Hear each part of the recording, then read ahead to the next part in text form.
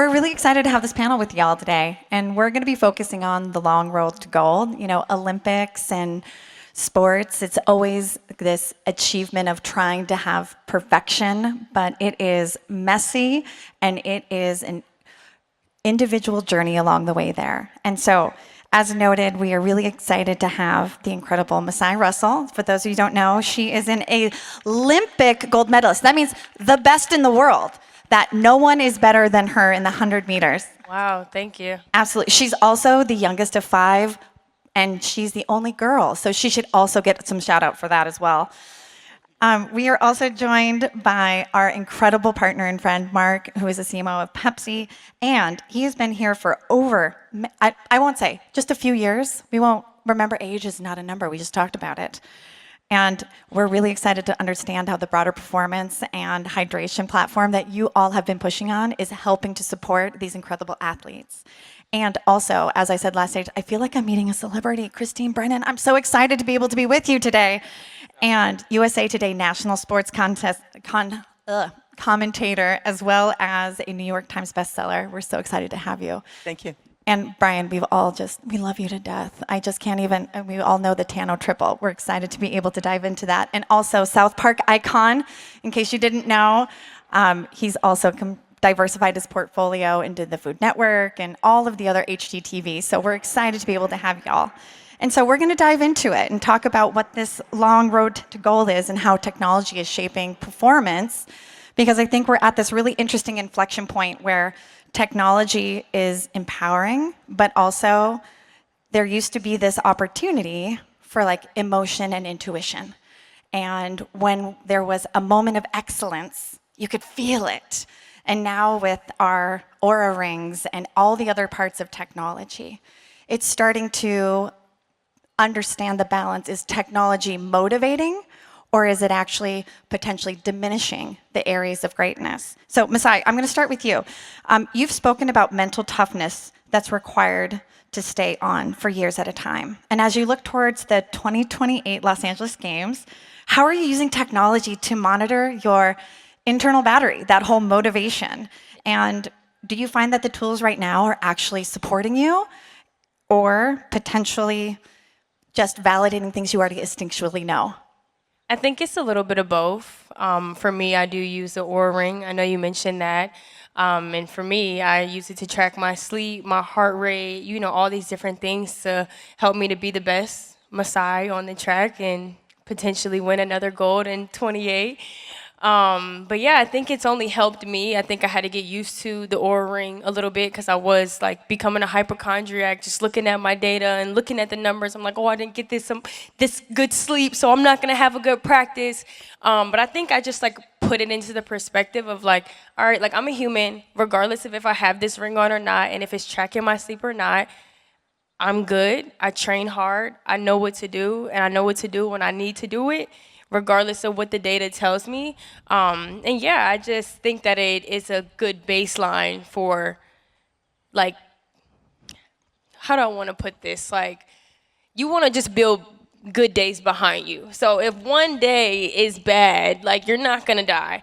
And that's what I tell myself. As long as I'm putting up good numbers and good data day to day, I'm good. So I think that it has helped me to get better sleep, to then get me better to recover. And yeah, I mean, I'm very grateful for the Oura Ring, I have to say, but that's the biggest thing for me. I don't really get into the intricacies of all the technology. My coach is very by the book, very old school, and I think it's worked for me. I've run the second fastest time ever in history, so we're doing that without all the extra technology of, you know, that they try to push these days. And yeah, we just keep it basic. So I hope I answered your question. Yeah, well, it's this interesting moment in time where technology, even, I know we were talking about this, all of a sudden you're like, I can't even sleep right now. You're like, my Oura Rings is now telling me that I'm also doing that incorrectly. And so how do we make sure that that input isn't actually then influence us in the wrong way?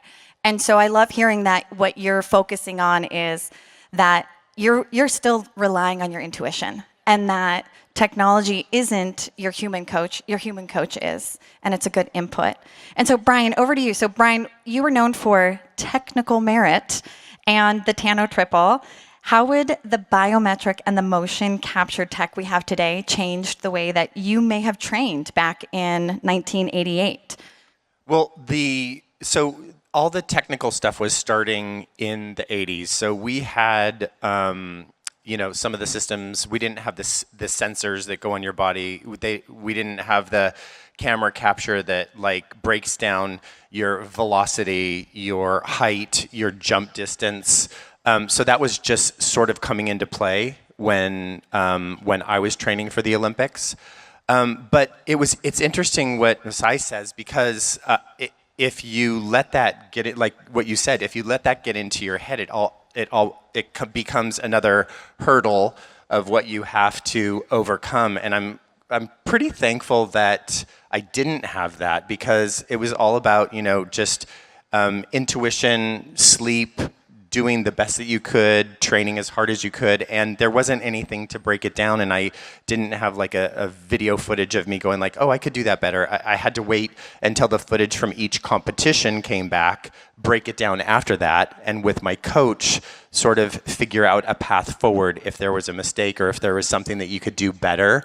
I think the innovations are great, and U.S. Figure Skating has just announced a partnership with something called OOF that is, they literally take a video and they can break down velocity, height, distance, and it's a critique for your jumping, and everybody's going to have it. So it's going to sort of equalize the field, because everybody's going to be able to study every aspect of their jumps and their jumping passes.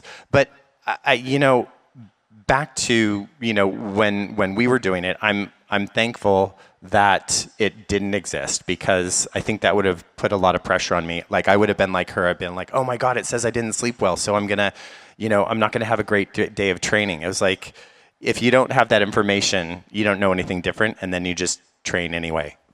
Well, I think it's interesting. Do you think that as you think about even your coaching, are there areas where you want to actually remove technology from it and rely more on the intuition side of it? Absolutely. I mean, no technology will ever take the place of a coach, because that feedback that you get from a human is irreplaceable. There's an aspect of the coaching and an individual athlete that the coaches learn to know everybody's different and they're inspired differently. Every athlete needs something different, and you can only get that from a human and a good coach to know how to inspire you, how to give you the information and the feedback that you're seeing technologically, and delivering it to you and inspiring that athlete. These apps will never be able to inspire an athlete exactly how they have to be inspired. I know, I saw Masai, she was like, yes. I mean, that's so true. It's just, we're in this balance of, is technology, where does it help and where does it hurt? And I do think that we need to move from what decisions is technology making and what decisions have we decided that we let them make in our lives, which is a good transition over to Mark. And Gatorade is moving towards this AI-powered avatars and personalized product prescriptions. How do you ensure that these high-tech platforms actually translate into better performance for someone like Masai, where hydration and fueling must be precise? I think you have to reframe it from a technology discussion to a data discussion. I think the technology becomes a little bit too much of the shiny object or the thing that you're afraid to wear, whether it's a watch or your ring. I think the power is actually the data. And if I look at what Gatorade has done for decades, over 60 years as a brand, but for 40 years with the Gatorade Sports Science Institute, is we've captured a ton of data. Now, we kept it church and states because we made sports drinks and we wanted to keep the doctors and the science and the data separate. But actually, over the last 5 years, what we've been able to do is leverage data to make our products better. But more importantly, it isn't just about our products. It's about the ecosystem that an individual needs. So whether it's creating products that are customized based on how they sweat, we have sweat patches, all this stuff, it's actually not the technology. It's the personalized data that actually makes you more informed. And if you're more informed, you make better choices. And if you make better choices, you probably perform better. And I think that's the power of whether it's sports science, whether it's ingredients in products, It's being informed. And I think the big difference from 88 to today is probably every athlete has the ability to be so much more informed. Technology is just a way of serving that data to you. I think that's what we need to focus on, is use the data to make better products, turn products into services that you actually use, but also be careful that it doesn't become overwhelming. Like, my daughter's a competitive volleyball player in high school, and they use AI to follow their plays to make all their videos so they can submit for coaching. And I'm like, it becomes an obsession. And it's like, put your phone down, just go out and play. And so there's a little bit this you have to be careful with. Yeah, and I think that's the really important takeaway, is that not only technology, but we as the individuals who are defining that technology have to be creating systems that are more discerning. And I know that, like Masai, we were chatting, and it was, imagine also if like our technology and data, instead of giving us 100 inputs, just said, hey, here's the one thing that you need to focus on. And so I think that's a great opportunity. Then, Christine, I'd love to hear from you as we think about how data and technology are changing the way we perceive Olympic greatness. So, Christine, you've covered 22 Olympics. This will be. And I know, for everybody, mark your calendars. February, it's happening. I started in kindergarten.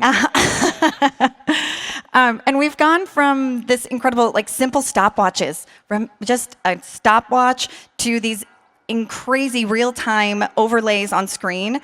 And do you feel that this data-heavy storytellings help the audience appreciate where the athletes are coming from?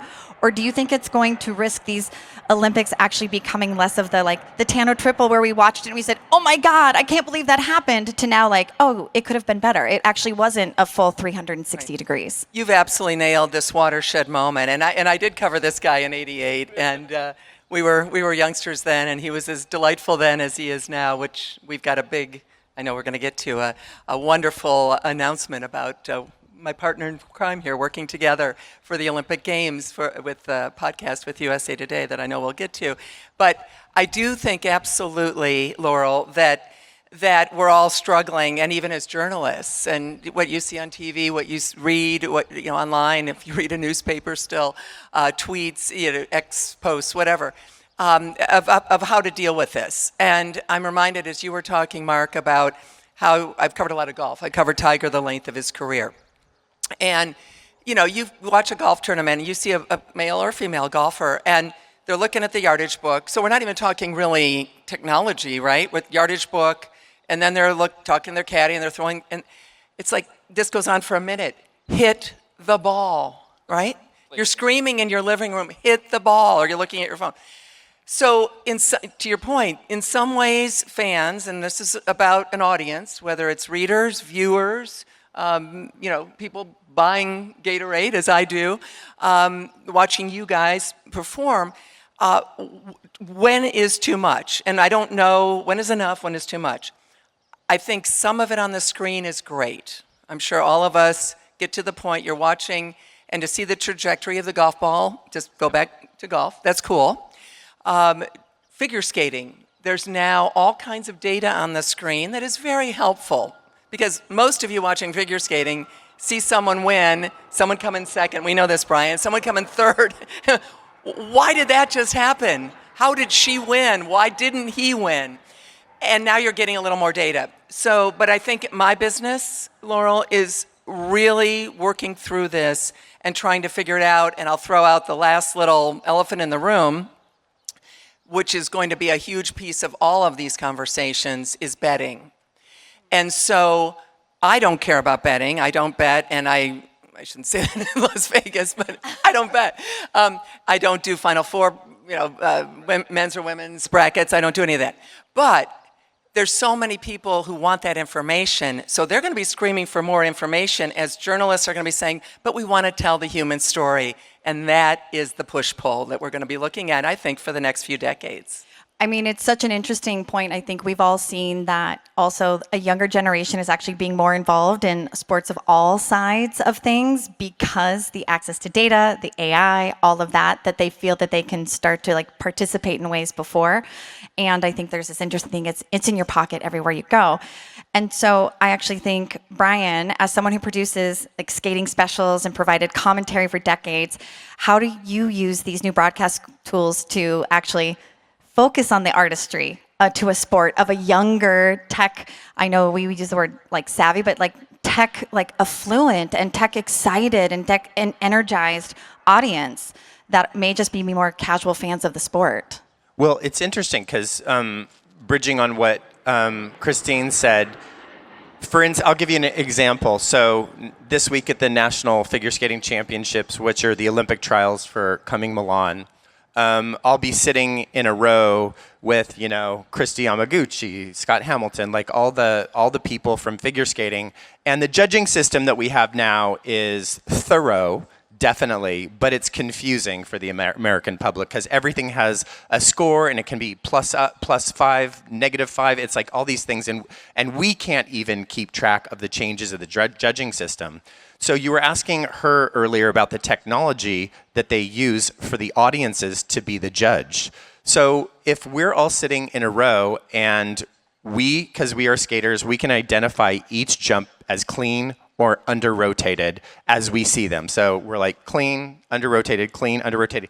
But when the playback comes up on the chyron, which the judges look at, we, even as skaters who can identify those as clean, not clean, like all the time, we sort of look at the slow motion of the foot and we're like, well, God, that was clean, but on the chyron, it looks questionable. So even we have trouble with the technology of like we as skaters know what we're seeing, but people in the audience and the public are becoming judges going like, that's under rotated. But we as skaters are going like, well, that was actually clean. And if we just watched it with the naked eye, and as judges should be doing now, instead of watching playback all the time, it wouldn't be as confusing. It's like clean, under rotated. So that's, I think, in response to like where technology is going and where the public is becoming the judges, the armchair judges, it's just going to escalate from here.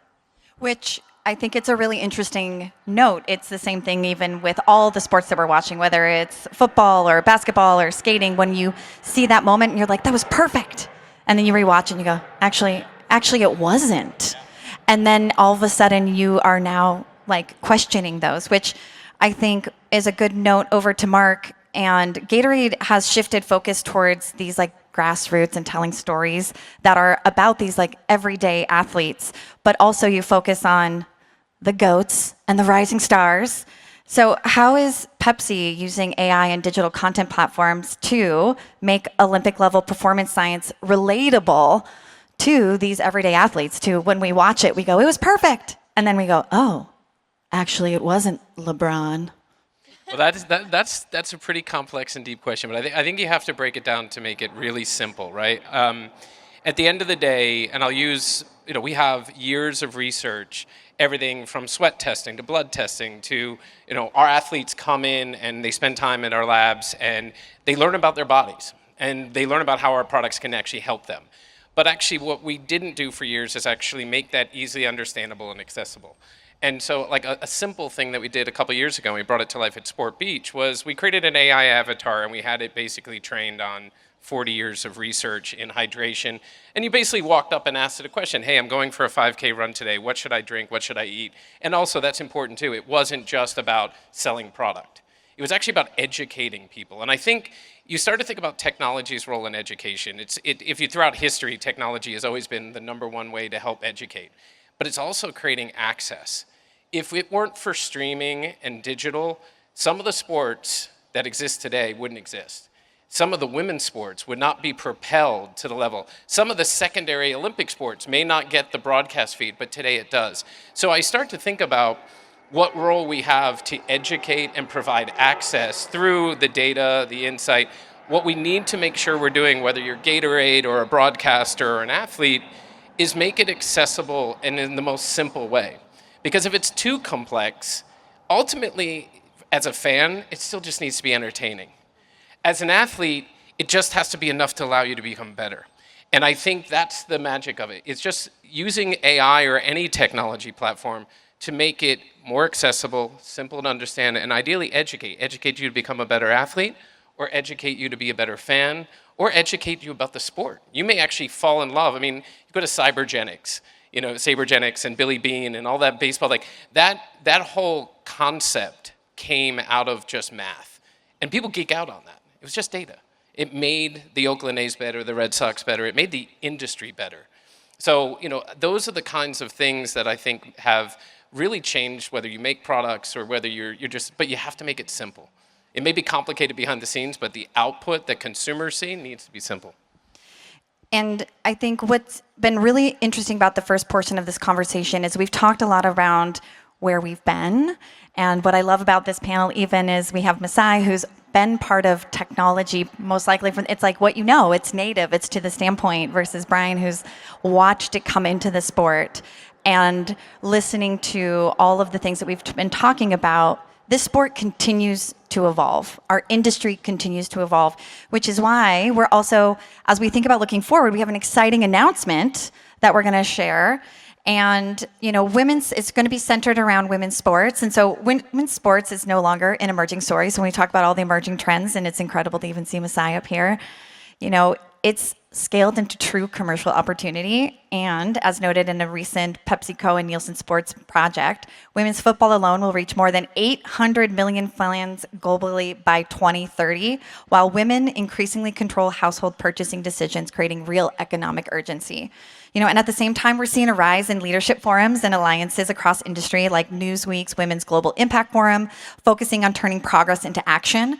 And so what we see here, a lot of what we're talking about, is this demands a coordinated leadership where we can define the most critical questions facing women's sports.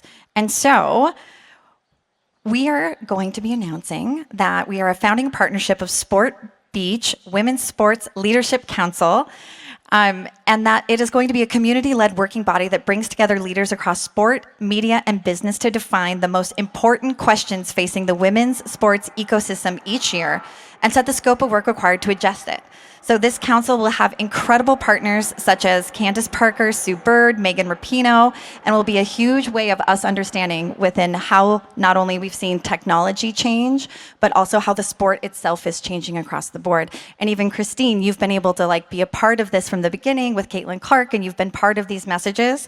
And so I'm excited to be part of this conversation, and I'm gonna actually pop a question over to Mark and say PepsiCo has been at the forefront of investing in women's sport at both a cultural movement and business opportunity, from category insights with the Nielsen report to strategic sponsorships that elevate female athletes and leagues. Building on that work and recognizing that we are at a pivotal inflection point for women's sports and leadership, can you share why Pepsi is stepping forward today as a founding partner of the Sports Beach Women's Sports Leadership Council, and how you believe this council can help define and accelerate the future direction of the women's sports ecosystem? I think it's because it matters. And if people like us don't get involved and invest behind it, then it won't grow, it won't flourish, you won't create opportunities for great athletes like Masai. To put it in reference, Gatorade put Mia Hamm in a Michael Jordan ad in 1997. Okay? 1997. And we didn't stop there. And we didn't talk about it, and we probably didn't invest the same levels that we do now, but it was always part. You look at the stories we told with Serena, you look at the stories we told, and that's just Gatorade. Not to mention, we've been doing with Pepsi. We did our first Women's Euro campaign ever, just women's campaign. And that's hard for people to get excited about in some of the countries that we operate in, and you're like, wait a minute. The only way you're going to change the game is by doing. And so for Gatorade to be part of this, I mean, we've had different forums throughout years, but we've worked with Sue and Megan and other things in the past, but now we can actually do it together as an industry. It's not just the athlete's job, it's all of our jobs. So that's why we do it. And we need the media, and we need partners, and we need people out there to tell stories. I mean, the ceilings that you guys broke, you, Holly, others, in the journalism side, I mean, we need to tell those stories too. I think there's more to it than just the athlete, but it needs the brands, it needs the industry, and it needs the stories to actually go that much further. As a huge fan of women's sports, for those who are super familiar with Portland, Oregon, we are getting our first WNBA team with the Portland Fire, and they are going to actually be going into the first season next year. And so it's a huge part of what I believe in, also as a female who is typically, we are underrepresented in this area. So it's a huge partnership, and we're super thankful and really excited to be able to share it with you here on stage.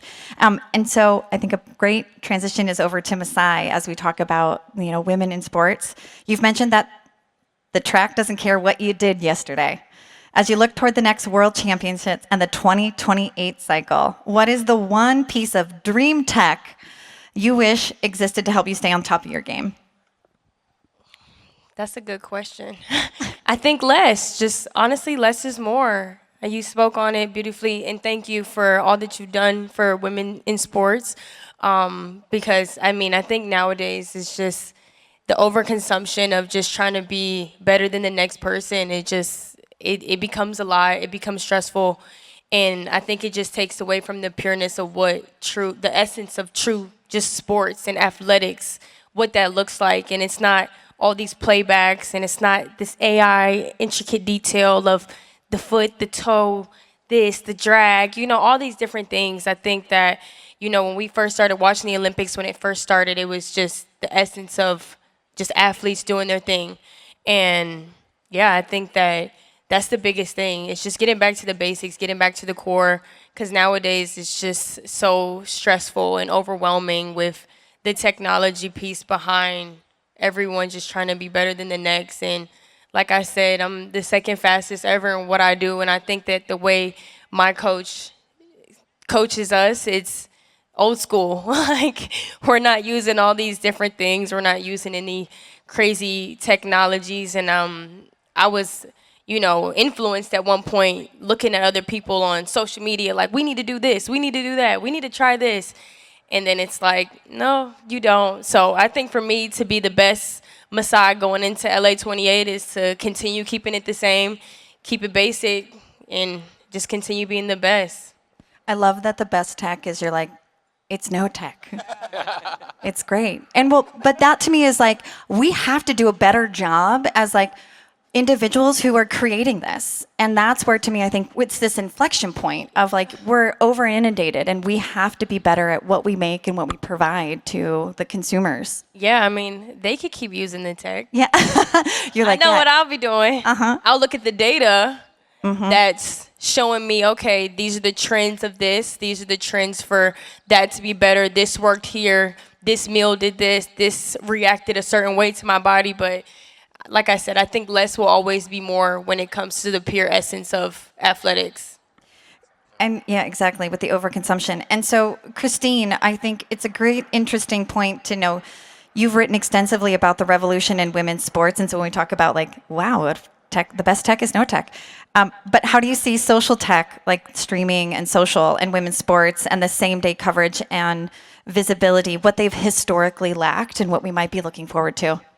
Well, you mentioned Caitlin Clark. I wrote a book, a journalistic look about her. And, one of the things that, Mark, that comes to mind about what you're doing is that I would be on radio shows in the 90s and saying, I'm going to the Women's Final Four. Dawn Staley, was in it. I was at the Washington Post then. Or I'm covering for Lifetime TV. I was a sideline reporter and a commentator in '99 on the WNBA. And I'd get laughed at. And it'd be men calling, and that's fine. If any of this bothered me, I would have been hiding under a bed in 1982 and never came out. So no worries there. But guys calling up saying all they're doing is rolling around on the floor and it's jump balls. That's what they were saying. I did not say that. That's what they were saying. And I said, no, there's so much more. And these are your daughters, the girl next door that you're waving at on the driveway, etc. That was the 90s. Those guys now, those guys are the guys who are wearing the 22 jersey, not only to the Indiana Fever game or wherever they're playing, but also to work, to the grocery store, to the gas station. That's the change that you have tapped into. And I think that's going to continue. Instagram is huge for women athletes. You got to know Caitlin Clark and her teammates, right? How many people know Kate Martin? The name Kate Martin, right? A lot more than you would think in women's sports and women's college basketball. Of course, everyone knows Caitlin Clark. And of course, we're talking about Angel Reese as well and so many others. Because they've got social media, they were ignored by the mainstream media. I hate to say it, the male-dominated mainstream media that I've been a part of, dear friends of mine, for years. They were ignored. But then they were able to go directly to their fans with millions and millions of people. So that technological innovation, or whatever we call Instagram and social media, has been an absolute game changer for female athletes to get the attention that they so richly deserve. And I know we've got a whopping 17 seconds left, but you know what? We can keep going. I promise it'll only be 1 more minute. But I want to do a quick lightning round. And first, I want to thank all of you for these incredible insights. I do appreciate the hot takes. And when we think about the games that are coming up in 2026, what is the thing that you believe might be a piece of tech or interesting surprise that we might not see coming? For those of you who don't know, we've got the Winter Olympics coming up in February. Tune in.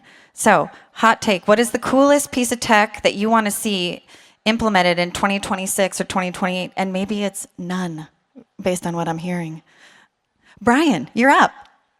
The largest piece of tech that we are going to see in Milan is actually a human being, and his name is Ilya Malinin.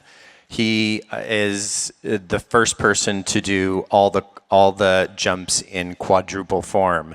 I don't know if he uses any of the new technologies, but he is just incredible. Everything that I did to win the Olympics as a triple, he does as a quadruple. So all the 6 different jumps, he has added a rotation on, and he is going to set, I mean, he already has, he's set new standards, for tech skating. I mean, it's going to be amazing.